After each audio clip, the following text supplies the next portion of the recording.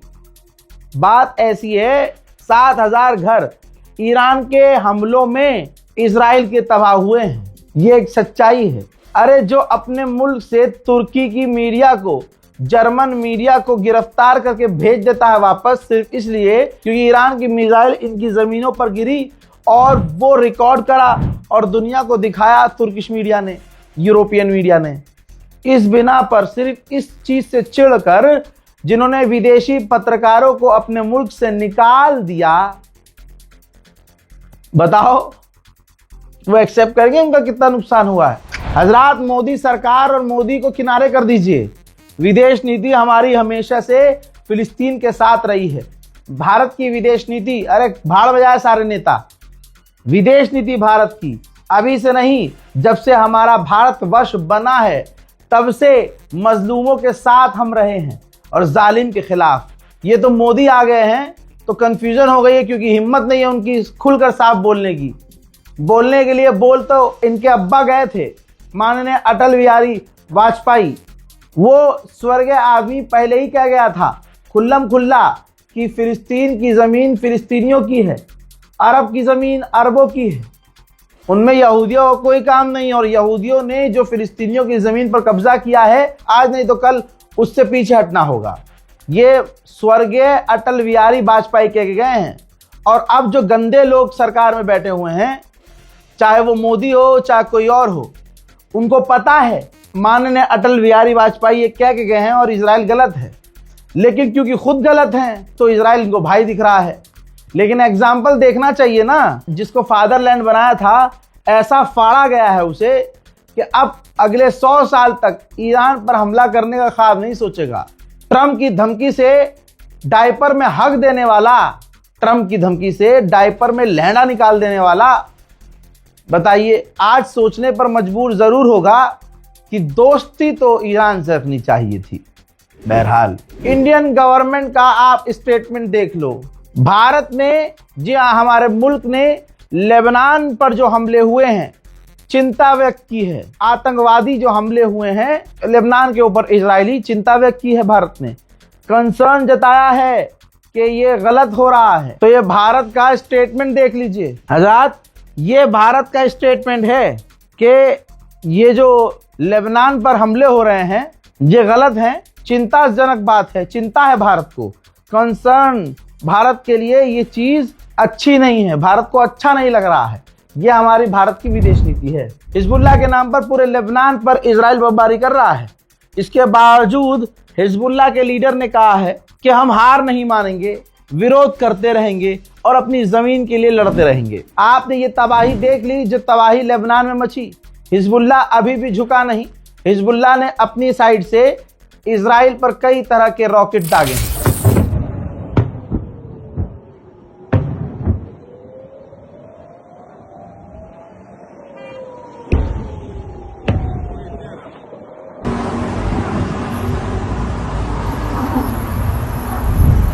हजरात, एक अच्छी खबर भी आ रही है। पूरे 40 से 41 दिन बाद बैतुल मुकद्दस मस्जिद अल अक्सा खोली गई है। अब कोई सुअर का जना आकर कह दे अरबी कि भाई मैंने खुलवाई है या फलाने मुल्क ने, नहीं, इजराइल ने खुद खोली है क्योंकि चारों तरफ से प्रेशर है। इजराइल की इमेज पूरी तरह से डैमेज हो चुकी है।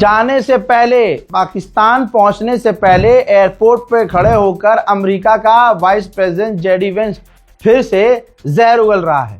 धमकी बड़े टोन में बात कर रहा है, करनी पड़ेगी पीठ पीछे, भले ही ईरान का पेशाब पीना पड़े, पैर छूना पड़े, लेकिन मीडिया के सामने तो अकड़ दिखानी ही पड़ेगी। जेडी वेंस ने पाकिस्तान पहुंचने से पहले एयरपोर्ट पे ही कहा कि अगर ईरानियों ने तमीज, प्यार और सही से बात की तो डील हो जाएगी। अकड़ दिखाई, चीज़ें हमारी नहीं मानी तो काफ़ी मुश्किल उनको होगी।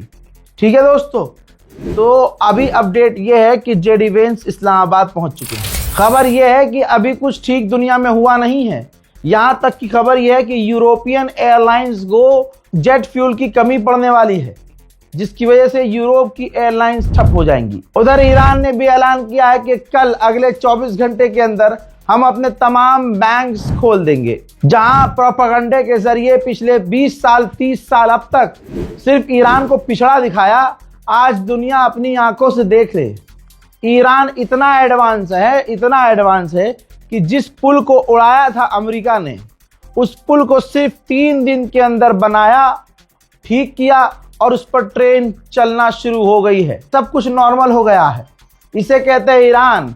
और उस देश के लोग तो कुछ ना बोले जिनके लिए उनके नेता ने खाना गू बनाया है, पीने के लिए पेशाब को बढ़िया बताया है, और अगर एक पुल टूट जाए तो वो 10 साल तक के लिए दोबारा पेंडिंग चला जाता है। और अगर 50 करोड़ का पुल हो तो 300 करोड़ रुपए उसके नाम पर लिए जाते हैं। पूरे 10 साल में जाकर जो पुल बनकर तैयार होता है, मोदी जाकर उद्घाटन करते हैं और 2 दिन बाद गिर जाता है। तो ऐसे देश के लोग अपनी लल्लो बंद रखें। फिलहाल के इस रिपोर्ट में इतना ही। जय हिंद।